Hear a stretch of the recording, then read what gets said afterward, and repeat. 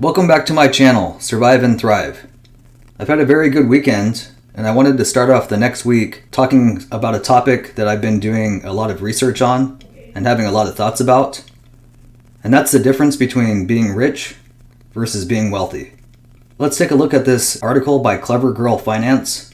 Mariah Costa is the author, and we'll point out some key concepts and go through those in more detail throughout this article.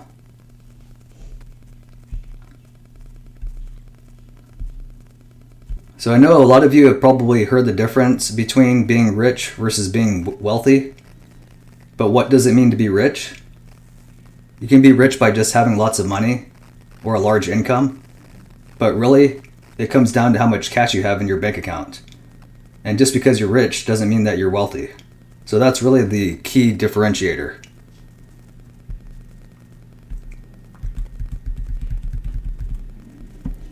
People who are rich might drive a fancy car or live in a really awesome house, but it comes at a cost.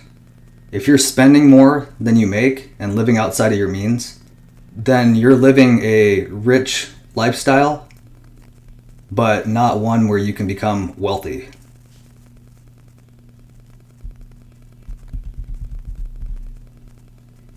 And as it says here, plenty of celebrities have actually gotten broke because of their rich lifestyles.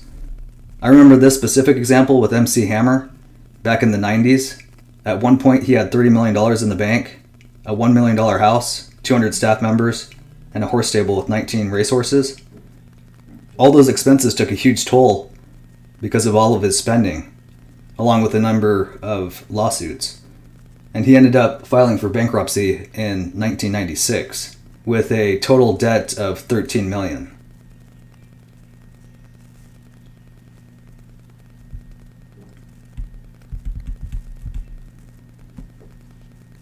Now, looking at the other side of this, what does it mean to be wealthy? Being wealthy is not only about having enough money to meet your needs, but being able to afford not to work if you don't have to. It's about amassing assets and making that money work for you, looking for those passive income streams, and really being able to create a significant net worth.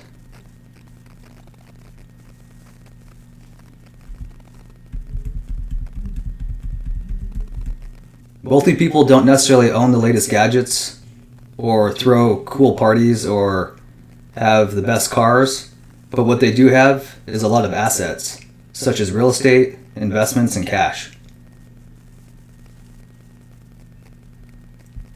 There's a bit more to being rich versus wealthy than how much money you have in your bank account.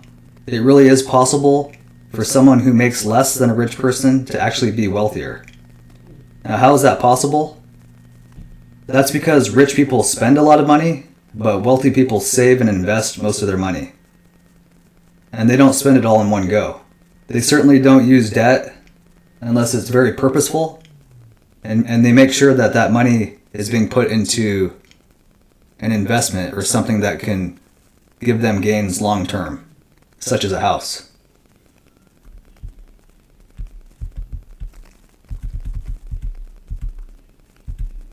Now, I really like this part of the article because it's something that I really try to think about and focus on, and that's converting your money that you're saving into an asset. Now, that could be buying real estate, investing in the stock market, buying cryptocurrency, ways that you can help to grow that money more than it just sitting in a money market savings account at 0.01%. And I think that wealthy people do really understand this very well, that in order to grow their wealth, they need to convert their cash into assets.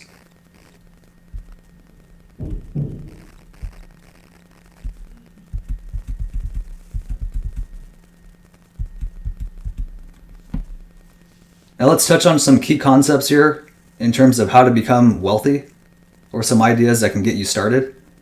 Saving 10 to 15% of your paycheck every month. I think this is a huge one. Even if you're just in your first career and not making a whole lot of money, at least trying to make that 10 to 15% commitment to setting that money aside and investing it can go a long ways.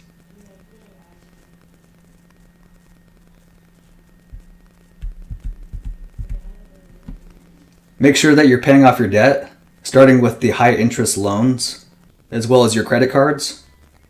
And if you are in a position where you have student loans or mortgage where you can get a better rate for your interest and try and refinance, then definitely look at those opportunities as well to help to lower the amount of debt that you have.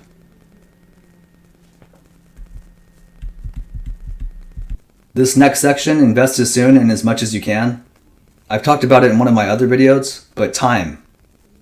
Time is irreplaceable for investing and being able to grow your assets. So the sooner you start, the better chance that you give yourself to make that money work for you. And even at a minimum, if you just put that money into a high yield savings account because you're not quite sure exactly where you want to invest your money, that's going to be at least 10 times greater interest return than what you would get for your money just sitting in a standard savings account.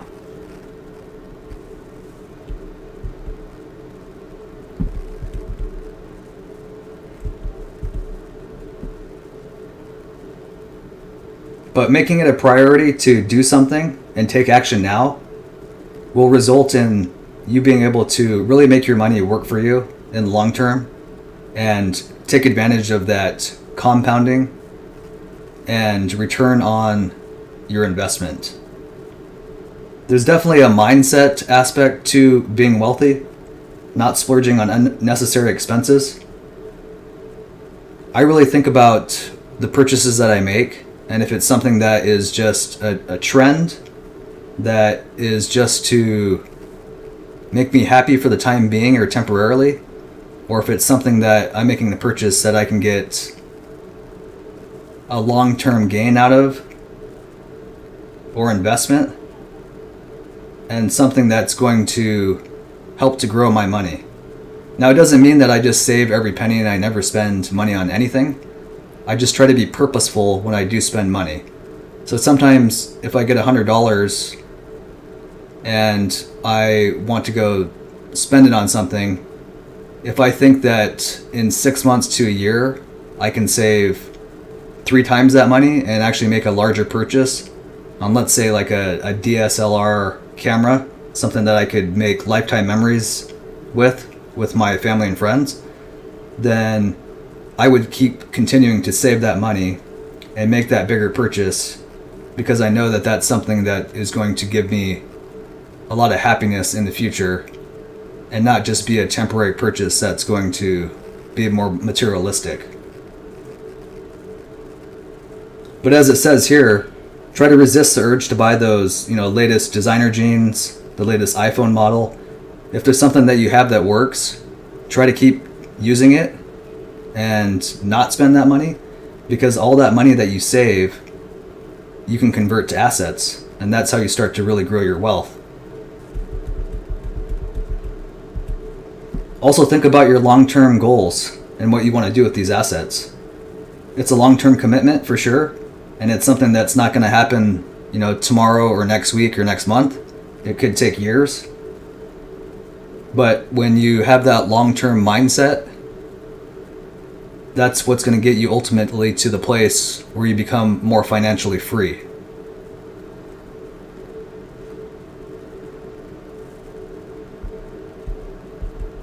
And as I touched on just previously, wealth is a mindset. You don't have to have a huge wall of cash. Save a portion of your income, focus on becoming debt-free, and invest early and often.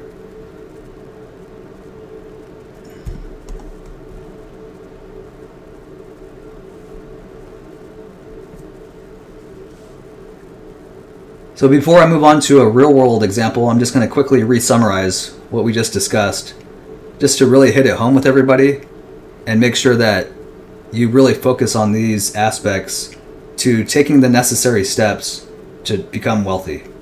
Saving 10 to 15% of your paycheck every month. Pay off your debt, starting with the high interest loans and credit cards. Invest as soon and as much as you can. That's that time aspect, taking advantage of the compounding over time. Don't splurge on unnecessary expenses, and review your long-term financial goals frequently. Now, I wanted to show you a real-world example of a small portfolio that I started about 11 or 12 years ago.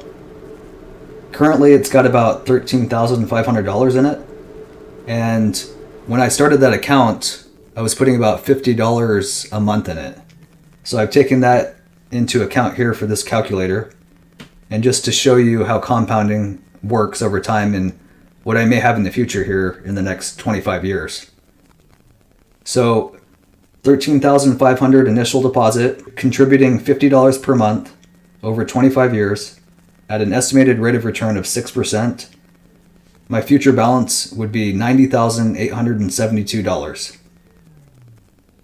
Now, with the stock market, sometimes you can get a little bit better than 6%. Actually, most times the average they say is between 10 to 12%. So if I bump this up, and even if I just take it more conservative, above the 6% and go to 8%, that balance becomes $136,344. If I go with the 10 to 12%, I'll take it to 10% first.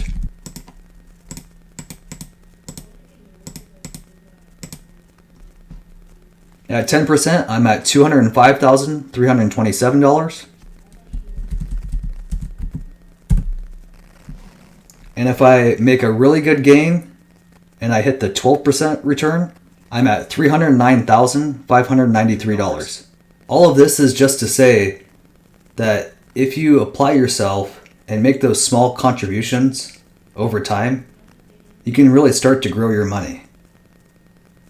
Now, it doesn't mean that you can't spend money and you save every penny and every dollar, but this gives you options, and that's really what this is about. Money is a resource, and resource gives you options. Now, I may not save this $309,000 after the 25 years, but knowing that over 25 years I could potentially have this much money means that along the way I can use this money to be able to create some financial freedom and keep myself out of debt when making those next big purchases, whether that's a car, for home repairs, unexpected costs that come up with home maintenance. That's really where you find your path to happiness. If you found value in this video, hit that like button so that other viewers are able to see this same content. And make sure that if you haven't already, subscribe and hit that bell to be notified of new content as it's made available. If I can do it, you can do it too. Make it a good week, and don't just survive, thrive.